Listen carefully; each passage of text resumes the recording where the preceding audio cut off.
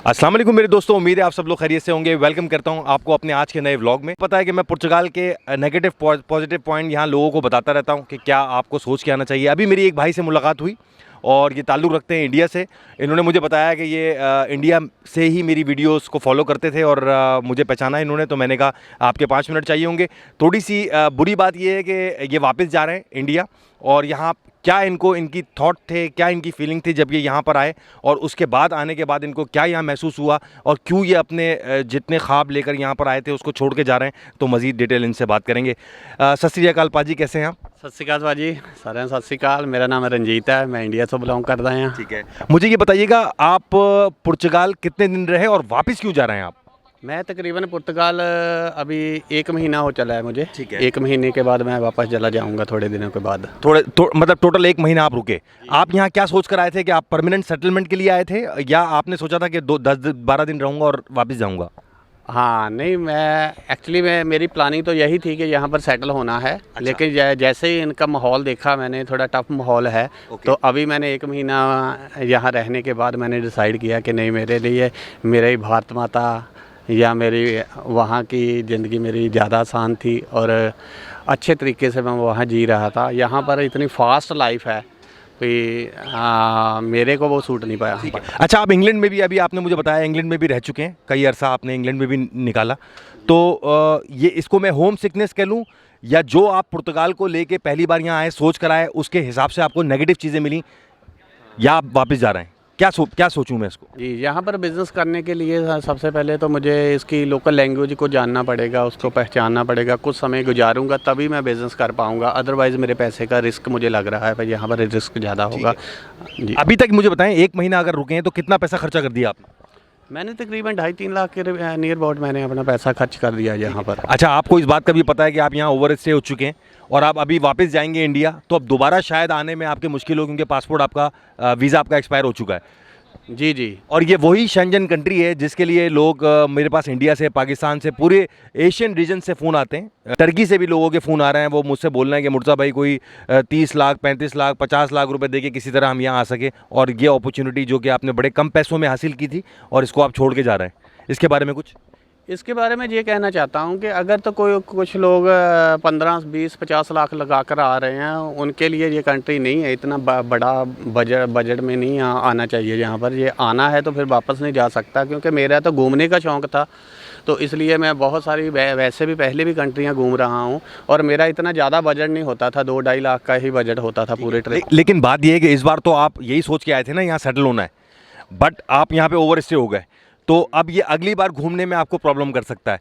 मुझे बस मैं आपसे ये जानना चाह रहा था कि जितने भी लोग जैसे हम जैसे लोग हैं जिसकी एज थोड़ी ज़्यादा हो गई है, उनको क्या सोच के आना चाहिए? पुर्तगाल आना चाहिए या नहीं आना चाहिए? नहीं, आए घूमने के इलाके, अगर मकसद से आएंगे तो अच्छा है। काम करने के लिए यहाँ पर बहुत टफ है यहाँ पर सिनेरियो, और काम भी इतना ज़्यादा मिल नहीं रहा। ठीक है। तो अपॉर्चुनिटी, बिज़नेस की अपॉर्चुनिटी भी कम है, और बहुत सारे लोग ऑलरेडी आ चुके हैं। और जितना पैसा हम लगा कर आते हैं इतने बड़े बजट में, इतना पैसा लगा कर नहीं आना चाहिए, क्योंकि ये पैसा हमें रिकवर करने में भी काफ़ी साल लग जाएंगे। मतलब आपका कहने का मतलब ये है कि जितने हमारे प्यारे भाई बहन इंडिया से, पाकिस्तान से, बांग्लादेश से हमको देख रहे हैं, और वो वीज़े खरीद के आ रहे हैं जो कि 50-50 लाख रुपए, 30-30 लाख रुपए के हैं, या वर्क परमिट खरीद के आ रहे हैं, तो यहाँ ना आएँ, ऐसा ही है? ऐसा नहीं करना चाहिए कि इतना ज़्यादा पैसा लगा कर नहीं आना चाहिए। नॉर्मल प्रोसेस है, जो भी वीज़े का अपने डॉक्यूमेंट्स प्रोवाइड करके, अपनी फाइलिंग करके आप नॉर्मल 10-20 हज़ार रुपया लगा कर भी आ सकते हैं। लेकिन ज़्यादा लोग एजेंट के हवाले से आते हैं, तो एजेंट हम लोगों को मिसगाइड करते हैं और 15-20 लाख रुपया हमारा खर्च करवा देते हैं या ले लेते हैं। अच्छा, ये बताएं, जब इंडिया से आप निकले तो क्या सोच कर आए थे कि आपने यहाँ बिज़नेस करना है, बट जब आप यहाँ मार्केट में उतरे तो आपको कोई काम समझ में नहीं आ रहा बिज़नेस के हवाले से, या घर याद आ रहा है? मैं ज़रा थोड़ा सा क्लेरिफिकेशन चाह रहा हूँ आपकी। नहीं, घर भी याद आ रहा है, होम सिकनेस है मेरे को जी। तो निकला तो मैं इसी पर्पज़ से था कि मैं यहाँ पर कोई बिज़नेस करूँ, लेकिन बिज़नेस की अपॉर्चुनिटी मुझे कोई दिख नहीं रही। बहुत हाई रेट है, हर चीज़ के रेट हाई है, रेंट हाई रेट पे चल रहा है यहाँ पर। मार्केट भी कोई इतनी ज़्यादा, मार्केट में भी कोई हम देखें कि वॉल्यूम नहीं है मिल रहा, मुझे दिख रहा।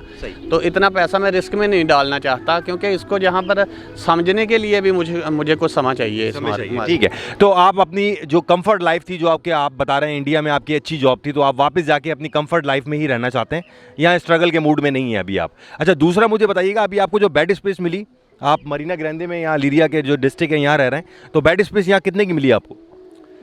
मेरे को एक्चुअली जो बेड स्पेस है वो भी मेरे लाइक की भी नहीं है, मेरे को पसंद भी नहीं है। जहाँ पर जिस कमरे में भी हम रहते हैं उसमें 7-8 बंदे रहते हैं, दिन रात वो कोई आ रहा है रात के 12 बजे, कोई 2 बजे रात के जा रहा है, तो मन में सुकून नहीं है।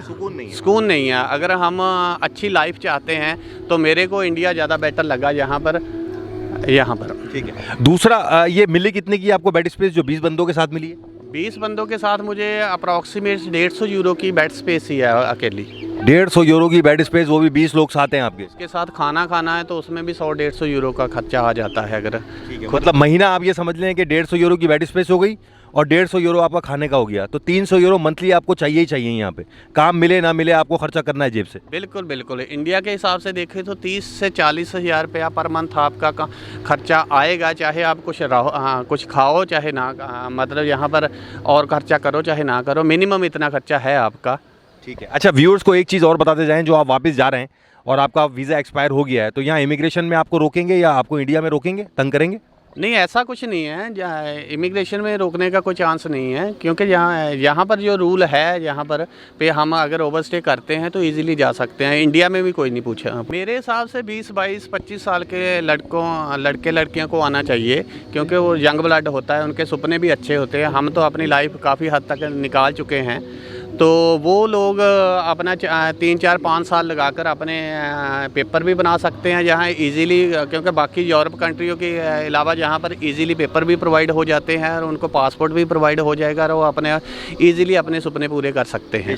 एक आखिरी बात चलते चलते आपसे मैं पूछूंगा, आप बरतानिया में रहे जैसे आपने बताया, तो बरतानिया में रहने के बाद यहाँ पुर्तगाल में क्या डिफरेंस आपको लग रहा है, जो कि सबसे ज़्यादा आपको हाईलाइट लगा? हाँ, वहाँ पर इंग्लिश चलती थी, तो इंग्लिश की वजह से हम कहीं भी फिट हो सकते थे, हम अपना कारोबार देख सकते थे, समझ सकते थे, इजीली मुझे असेस हो जाता था। लेकिन यहाँ पर लैंग्वेज की वजह से मैं मतलब अभी मेरे हिसाब से 2-3 साल लगेंगे अगर यहाँ पर कोई बिज़नेस सेटल लाना। जरूर आएँ, अपने डॉक्यूमेंट्स बनवाएं, आपको अपने परिवार को भी सेटल कर सकते हैं, लेकिन मन बनाकर आएँ। बहुत टफ लाइफ है, काम मिल नहीं रहा, काम का मुश्किल का है मिलना। पैसे का मंथली मैंने पहले ही बता दिया कि 300 से 400 यूरो का मंथली खर्चा आपका आएगा। अगर आप काम करो चाहे ना करो, इतना खर्चा आएगा। तो अगर आप आते हैं, मेहनत करते हैं यहाँ पर और इजीली अपने डॉक्यूमेंट तो आप कंप्लीट कर सकते हैं और फैमिली को भी बुला सकते हैं। ठीक है। असल में एक्चुअली होता भी ये है कि हमारी एजें हो गई हैं ज़्यादा, और इंडिया पाकिस्तान में हमने काम किया है गद्दियों पे बैठ के, सीटों पे बैठ के। अब यहाँ पे हम जब उतरते हैं, कहीं सफाई का काम मिलता है हमें, कहीं फैक्ट्री में मजदूरी मिलती है, तो ज़ाहिर है वो हमारे लिए करना मुश्किल होता है, और कोई स्किल हम जानते नहीं, क्योंकि अपने कंट्रियों में हमने सीटों पे बैठ के काम किया है। ऐसे ही है ना? अगर अपना माइंड बना लेते हैं तो आप 2-4 महीने 6 महीने पहले किसी ना किसी स्किल पे लगा कर आएँ। अगर आपके पास कोई स्किल है तो यहाँ पर सर्वाइव करना ईजी हो जाता है। अदरवाइज़ हमारे लोगों को ये काम मजदूरी का ही काम मिलेगा और बहुत टफ काम है, बहुत फास्ट काम है। हमारे इंडिया जैसे या पाकिस्तान जैसा नहीं है कि 2 मिनट काम कर लिया, 2 मिनट सांस ले ली, लगातार 8-10 घंटे काम करना पड़ेगा। तो इसके हम आदी नहीं हैं, इस चीज़ के आदी नहीं है। अगर हमारे पास स्किल है तो हमें 4 पैसे भी अच्छे बन जाते हैं और हम अपना बिज़नेस भी सेटअप कर सकते हैं ईजीली। ठीक है सर, बहुत बहुत शुक्रिया आपका। मेरे ख्याल से आपकी 24 तारीख की फ़्लाइट है, आप बता रहे थे? जी। तो wish you a good luck. तो अपना बहुत ख्याल रखिएगा और इंडिया को बहुत सारा प्यार। जी शुक्रिया सर। मुर्तज़ा भाई ने इतना टाइम भी मेरे व्यू सुने हैं, तो इसके लिए बहुत शुक्रिया। Thank you sir.